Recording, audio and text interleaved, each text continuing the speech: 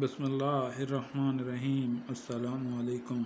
گھروں میں کام کرنے والی عورت روٹیاں پکانے کے ساتھ ساتھ اپنی چھوٹی بیٹی کو ڈانٹ رہی تھی، جو بار بار بغیر جوتوں کے باہر گلی میں جانے کی کوشش کر رہی تھی۔ اس کی ماں اسے ڈرانے کے لیے بڑی عجیب تعویلیں پیش کر رہی تھی۔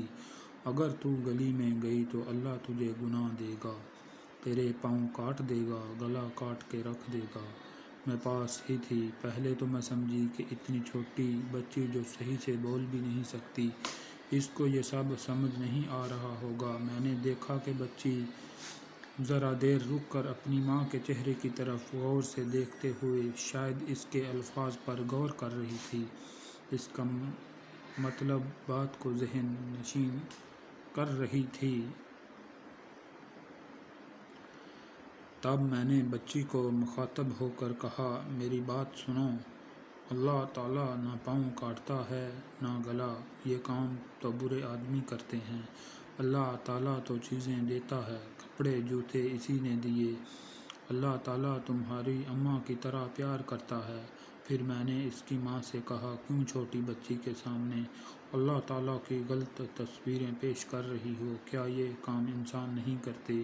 انسانوں کی غلطیاں اللہ تعالیٰ پہ مت ڈالو۔ بچی کی ماں حیران و پریشان مجھے دیکھتے ہوئے اس بات میں سر ہلا رہی تھی، اور مجھے لگا کہ یہ الفاظ مجھ پر قرض تھے۔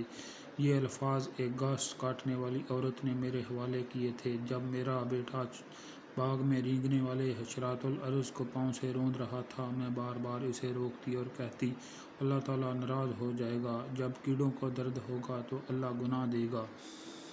تب پاس ہی گھاس کاٹتی ہوئی عورت نے مجھے سنجیدگی سے کہا، بی بی، بچے کو وہ بات بتاؤ جو اسے سمجھ میں آئے۔ اللہ تعالیٰ سے منتفر مت کرو۔ اللہ تعالیٰ اتنی سی بات پر ناراض ہوتا تو یہ سب کچھ نہ دیتا۔ اسے بتاؤ کہ جیسے آپ کو تکلیف ہوتی ہے ویسے ہی کیڑوں کو بھی تکلیف ہوتی ہے، اور کسی کو تکلیف دینے سے ہمارے سب سے پیارے نبی حضرت محمد صلی اللہ علیہ وسلم نے منع فرمایا ہے۔